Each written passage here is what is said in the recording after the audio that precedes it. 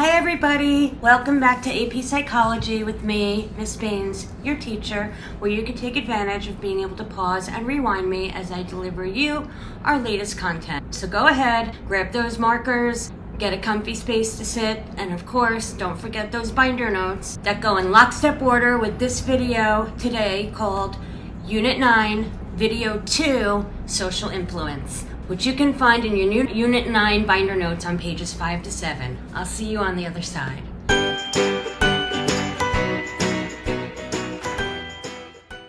Hi there, welcome back to part 2 of our social influence notes.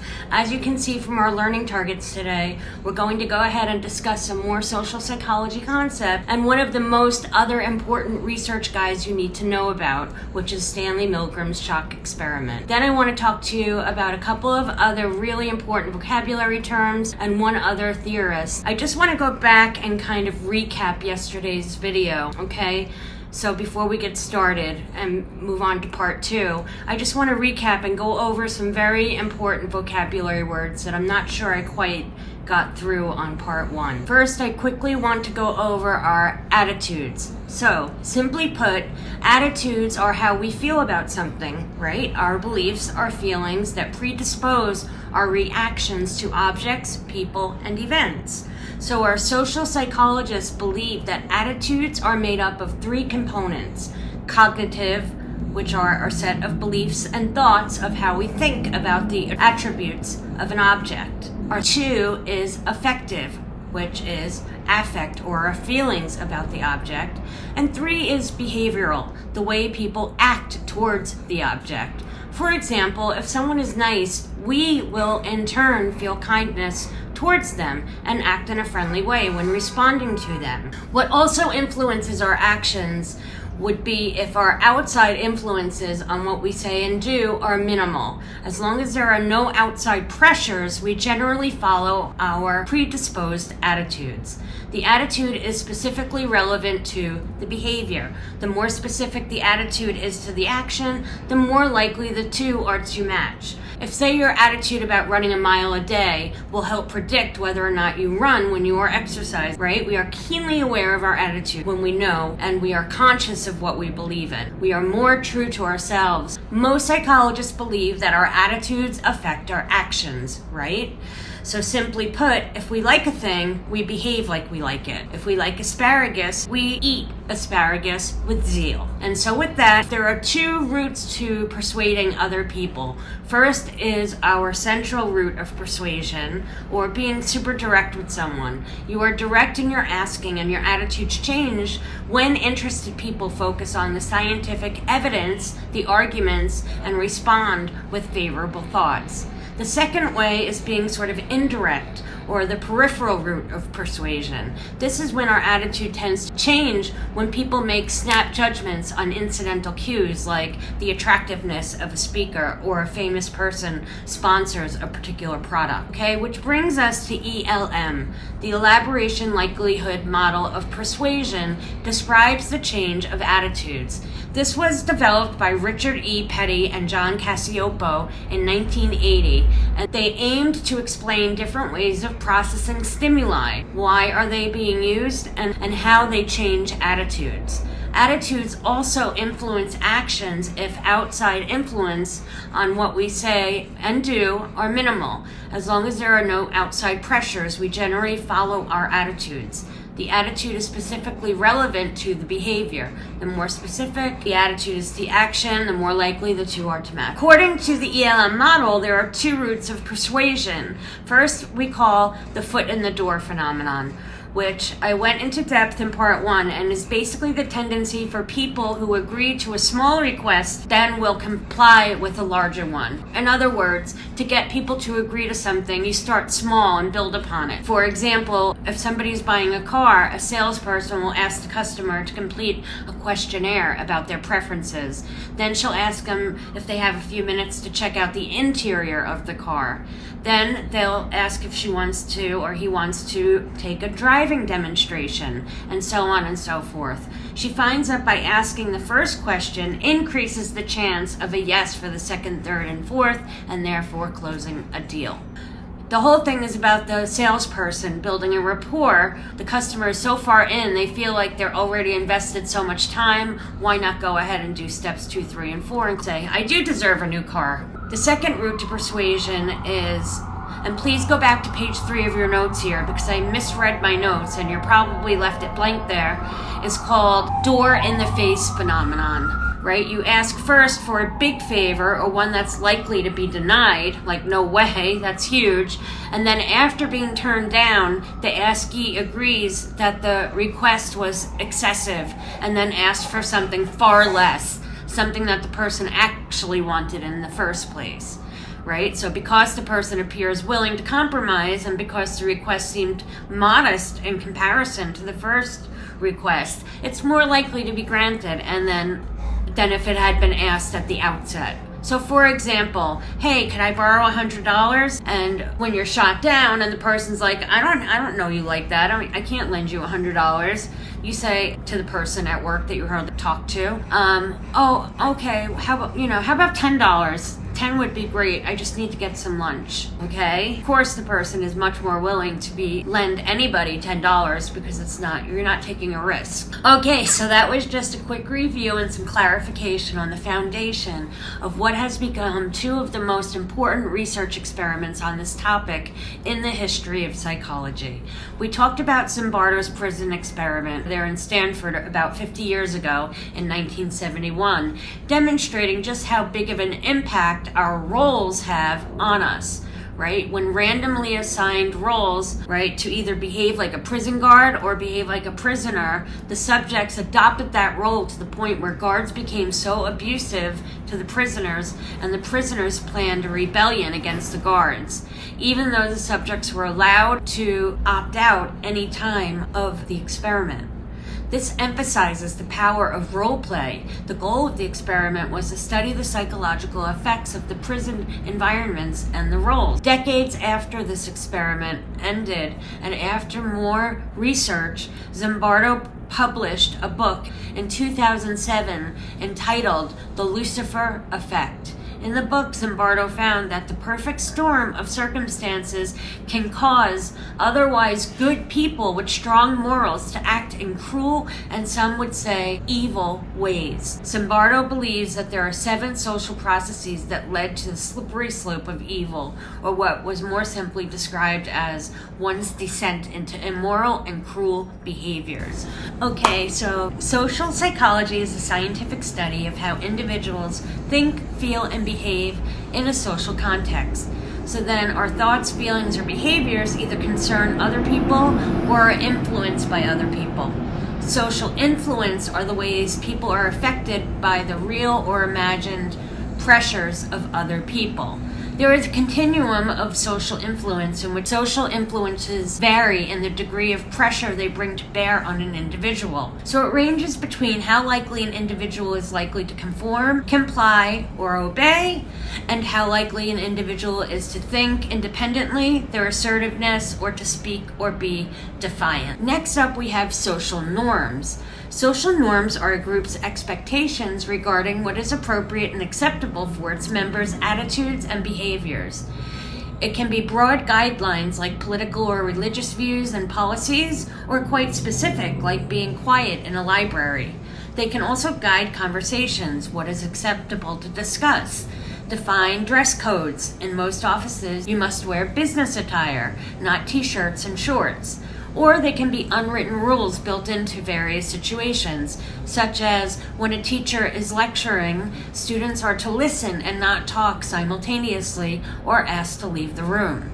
Some other examples of norms are greeting people when you see them, saying thank you and you're welcome, offering a helping hand when someone clearly needs it, standing up when someone enters a room, offering a worker water when they seem hot or thirsty. Then we have social roles, which are socially defined patterns of behavior that are expected of people in a given setting or group. The roles that you assume may result from your interests, your abilities, your goals, or they may be imposed upon you, or by the group, or by a cultural, economic, or biological condition, which is usually beyond your control. In any case, social roles prescribe your behavior by making obvious what you should do, how you should do it, and when you should be doing it. So for example, with status, there's a leader.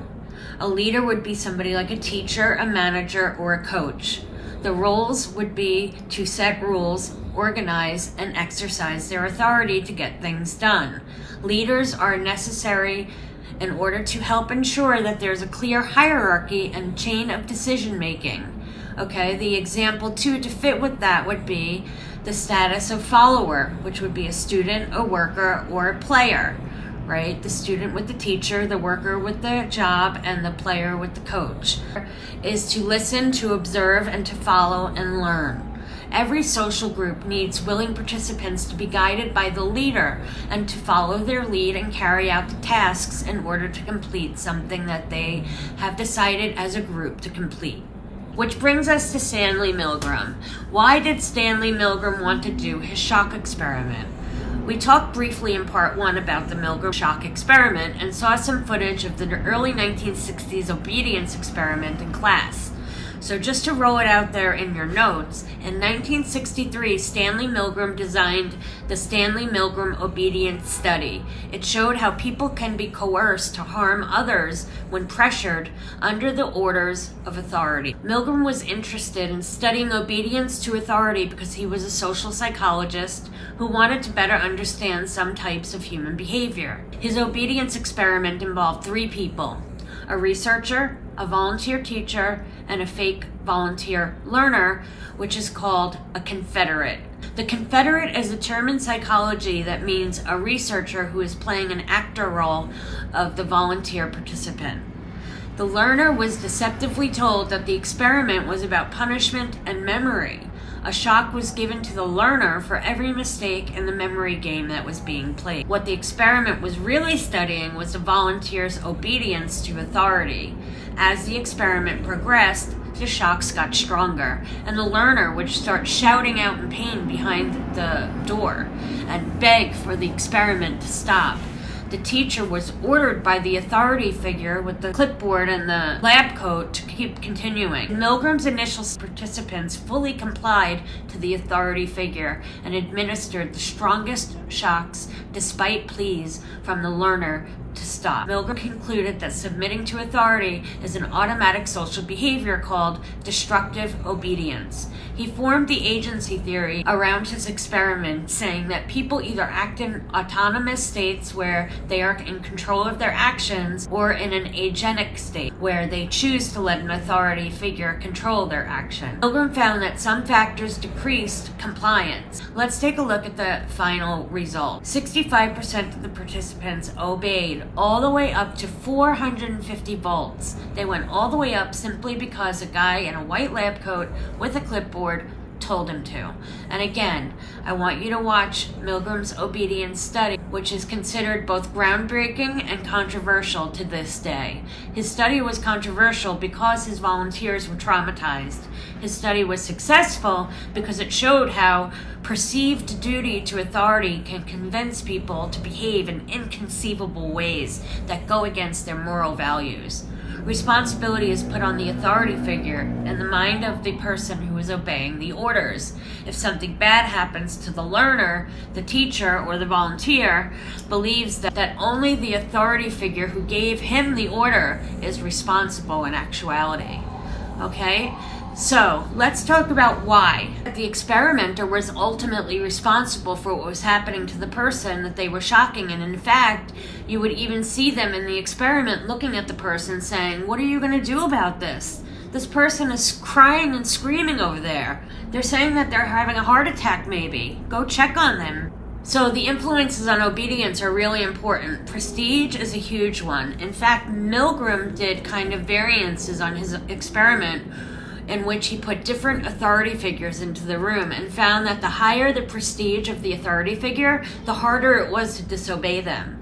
And that when an authority figure in the room was a woman, obedience went down 50%.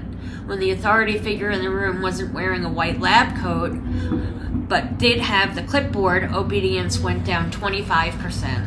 the presence of others who disobey. In fact, as soon as one other person disobeys, obedience goes down big time, and vice versa, right? We saw this with our right sneaker experiment in class as well, right? As soon as you guys saw other people doing it, you were more likely to take off your sneaker. Then I saw it happen because I was there for everyone coming into the classroom, and the first couple were really like weirded out by it and not really quite doing it until one or two people started to do it, and then everybody started to do it. At least that's the way I interpreted the little experiment. Okay, it's about personality characteristics. It really does depend on the person, and you might think about like their childhood, but even what they might do for a living, right? If they are an authority figure themselves, well, they're probably going to go listen to other authority figures. Okay, so next up, let's talk about some peer pressure or group conformity research, which is called Ash's line experiment. Solomon Asch studied social conformity and the power of influence that groups have on individuals. Asch was a social psychologist and is credited for his Ash's conformity experiments, also known as the Asch paradigm. Solomon Asch studied social conformity and the power of influence that groups have on individuals. Asch joined the faculty at Brooklyn College's psychology department, where he taught and conducted research. His biggest contribution to the field of social psychology comes from what is called the Asch line study, or the Asch effect. Specifically, he looked at the conditions under which people might agree with others' assessment of line lengths, even when they believe that those assessments are wrong. He found out that individuals are likely to conform with a group of other people when that group consists of at least 3 people. Asch's line experiment involved subjects and confederates. A confederate, again, is somebody who secretly works within with the researcher in the group and acts out a role in order to trick somebody else in the group. A small group, including a subject and several confederates, were shown 2 cards. The first card held a single line on it, called the reference line. The second card held 3 lines of varying lengths. These lines were called the comparison line. The subject was told that they were participating in a vision test and were asked to compare out loud the lengths of the reference line with comparison to the other 3 lines, and were asked to identify which were the same, which were longer, and which were shorter. In some cases, confederates were prompted to provide incorrect evaluations, stating that the reference line was longer or shorter than the one of the comparison line, even when it wasn't. They were instructed to provide this incorrect evaluation before the subject was asked to share their evaluation. Asch's study found that when multiple confederates provided incorrect evaluations, the subject also provided at least one incorrect evaluation 75% of the time. In comparison, regarding the control groups with confederates providing correct evaluations, only one subject out of 35 provided an incorrect evaluation. Asch initially hypothesized that the majority of subjects would not ever be influenced by others' evaluations with something so easy, right? Those evaluations were so far incorrect. However, he found that the power of social conformity is quite strong and influential at a significant level. Specifically, Asch found that most people believe that the majority is right even when their own eyes tell them otherwise. We'll talk about why people conform. Next topic we're going to talk about are social dilemmas. These are situations where selfish behavior that benefits the individual in the short run may spell disaster for the entire group in the long run. We'll be doing a little activity with this one when you guys come back from break, and there's a really great little demonstration for this. But if you think about it, right, it's simply selfish behavior, right? Well, if I'm able to get something better and I'm not gonna do what it takes for the group, for everyone else to benefit, and me not get as great of a deal, right? That's just how it goes, right?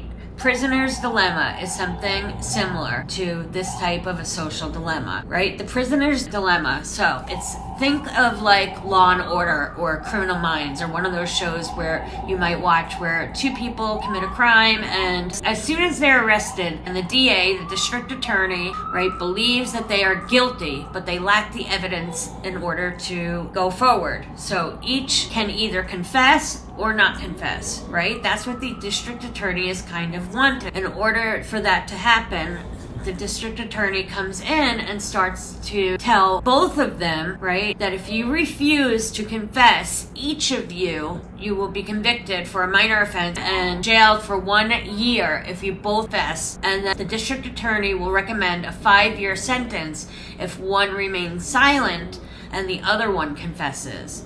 Right? The district attorney will allow the confessing prisoner to go free, whereas the other one will now serve the maximum of a 10-year sentence. Right? So selfish behavior, right? Selfish thinking. What's the best scenario for me? Spells disaster for the other person, right? So what would be the best outcome? Well, if they both compromised, right? And then they both get a good deal, right? You could say. Right? There was the 1-year deal, right? If both confess. If there's no years, no prison time on the line, I'm going to do what it takes to then have no jail time, right? That spells disaster for both of them, right? If they both do that, right? But if you get one against the other, right, then you get nothing, right? You don't get any jail time if you can get one person to confess about the whole. All right, social facilitation, and another important term here, refers to the improved performance on a task in the presence of others. So it usually occurs with either simple or well-learned tasks, but not difficult or not yet mastered tasks. So if you're a performer in any way, say you sing or you play a musical instrument, a sport, you play chess, whatever it is, right? So let's just say that you're really good at it. And when other people are watching you, you have probably noticed in the past, right, that when other people are watching you, that your performance goes up. Whether that's a college recruit or like your new lady friend, your new guy friend, or whatever, automatically going to perform better unless it's a not mastered task. So just like that heightened arousal, right? Therefore, you perform better. That's social facilitation, and that is when the presence of others facilitates increased performance. Social loafing is up next. Social loafing is the phenomenon of the opposite of the tendency for people in a group to exert less effort when they are working individually. And the way they found this is they measured the individual exertion when it was one-on-one in a game of tug-of-war. And then they measured individual exertion when it was, let's say, 3-on-3 in a game of tug-of-war. Right? They found that when it was 3-on-3, the individuals exerted less effort when it was just them by themselves. Right? Why might they do that? Why? Why might people do this? Well, they feel less accountable when they're in a group, right? They can hide a little bit. They can hide how much they're working a little bit. They may view their contribution as dispensable or not as important, and not everybody is looking at just them. And I think all I have to do is bring up the word group work for you guys, right? And if you're in a traditional, right, when you're in a traditional set, maybe not so much in AP psychology, but when you're in our other classes and the teacher says group work, you're either that guy or that girl who hopefully, someone else in your group, you don't want to be with those other people that kind of slack off, right? That's social loafing, right? It's not nice, and it ends up being 1 or 2 people doing all the work for the group of 4 or 5. Okay, de-individuation, because in this last slide, we talked about how they feel less accountable when they're in a group, right? Which is a mob mentality. And there's a loss of self-awareness, right? And that by themselves, if they're by themselves, and there's also a loss of self-restraint in group situations that foster arousal and anonymity. So there's a lot of variables you have to have in order for this to happen, in order for mob mentality to take hold. They're in a large group that is doing the arousing, right? Because it's a large group, they are anonymous, and when they do things, no one is going to know. Right? And that's the point, right? So you're more willing in a group to do things that are illegal, right? And so it doesn't always have to be in more serious riots that you see on the news and stuff, but I guess all riots are kind of serious, but not like necessarily all protests, but even after sports games, right? If their team didn't win and they go out and they start rioting and throwing things and turning cars over. I've just could never wrap my brain around that, because it's the mob or the group mentality that gets people hyped up. The things that they wouldn't normally do, right? They would not normally lose their self-restraint. That's de-individuation, okay? So how about group polarization? Behavior in the presence of others changes, right? Well, we've got two last vocabulary terms here. Group polarization, and I want you to think of polarization as being two opposites, right? Like the North and the South Pole, right? Two opposite, yes and no, right and wrong, okay? So it enhances the group prevailing attitudes through discussion. That's what kind of happens. So if a group is like-minded, a discussion of whatever the topic is, right? If they are like-minded, it strengthens its prevailing opinions and attitudes.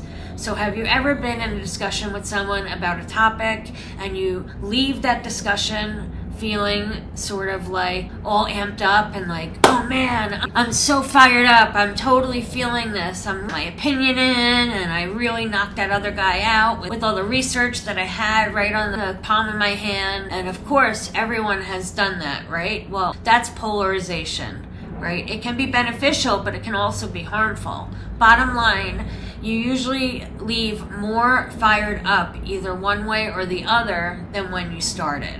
Okay, so they got you to get fired up and change your mind about something, or you were able to change somebody else's mind about something. Groupthink is the next vocabulary term here, because they are similar, and you're having a discussion, but with groupthink, it's not everybody talking and everybody jiving and feeling all fired up about what they think. It's not that. That is not groupthink. Groupthink is where the way of thinking that kind of prevails over a group, even if some people disagree. It's a way of thinking that occurs when the desire for harmony in decision-making overrides possible alternatives. So I want you to think about that. When the desire for harmony in decision-making overrides possible alternative at a staff meeting or a club meeting that you're in, or yearbook or something like that, or even in a class debate. And maybe the class president gets up on stage and is talking about, well, we're just gonna have prom in the gym this year because it's all we can afford, and it seems as everybody in the group agrees, and like, yeah, that's what we've been kind of talking about, and we should totally just do that. But even if like just one person or 50 people are like, I totally don't agree with this, if the groupthink prevails, then those individuals will bite their tongue, right? They will keep their opinions to themselves even if they completely disagree, because they don't want to make waves, right? They don't want to be the ones to be the loudmouth. They just go along with the rest of the group's decision in order not to be a pain in the neck, right? The decision of the most vocal member, so as not to break what appears to be social harmony, even if the harmony doesn't actually exist. That concludes our social influence part 2 notes. Make sure that you stay tuned for our next set of notes on antisocial relations. And everybody have a great day.